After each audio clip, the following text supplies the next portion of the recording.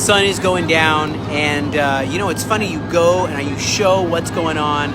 You show the explosives. You show the weapons. You show the horrific things done to us.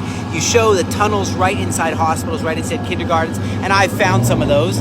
And then still people don't believe it. It's crazy. It's almost like the Holocaust.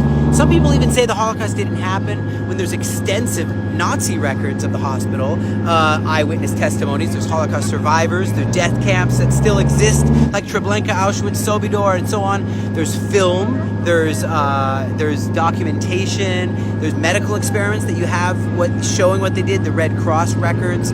But it's just funny, even the post-war trials and so on. But Hamas, after all they've done, sometimes people, that's outgoing, don't worry.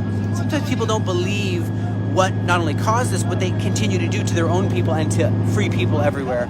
They're a terrorist organization, registered as a terrorist organization in countries like Israel, United States, European Union, and a lot of other places. And they use violence, suicide bombings. And, I want to just quickly say, it's the 8th night of Hanukkah tonight. We're about to light candles together here from the front. And but here's the thing is the Hamas in year 2000, my own mother, she was going to take a bus to work, and in year 2000, I made Aliyah, immigration to Israel, 25 years ago almost.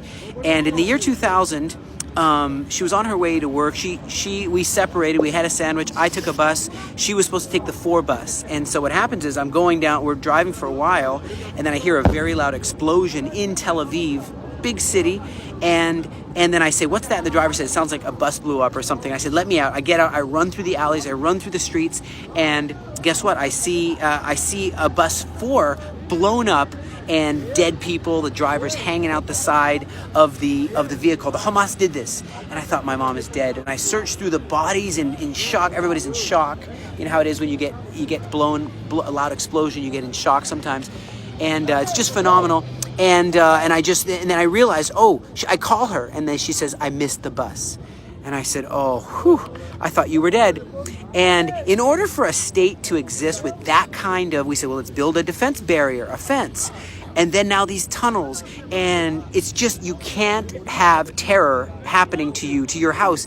Be'eri village. You can't, the villages around the Gaza Strip, they were completely, barbarically destroyed. Just blown up.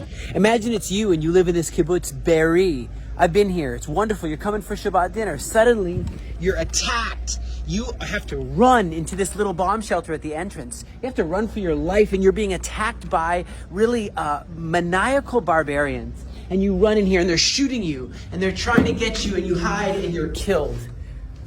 Hundreds of bodies. I think of even the word vandalism. Barbarians, you think of ancient Rome time or something, where you have, actually the word vandal comes from a Germanic tribe that existed in North Africa that famously sacked Rome in 455 AD.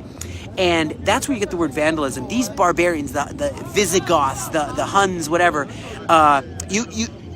we don't live there, and Hamas does not recognize Israel, but they also don't recognize we don't live in those times. You're not allowed to rape and pillage and murder and butcher people.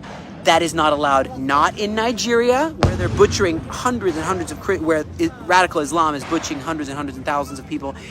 Neither in Afghanistan, and certainly not here.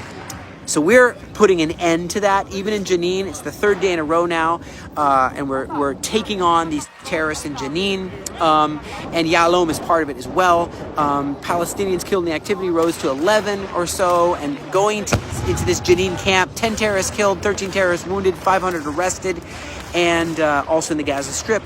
We're starting to do some arrests, which is new, because they were running away before, and now they're staying and surrendering.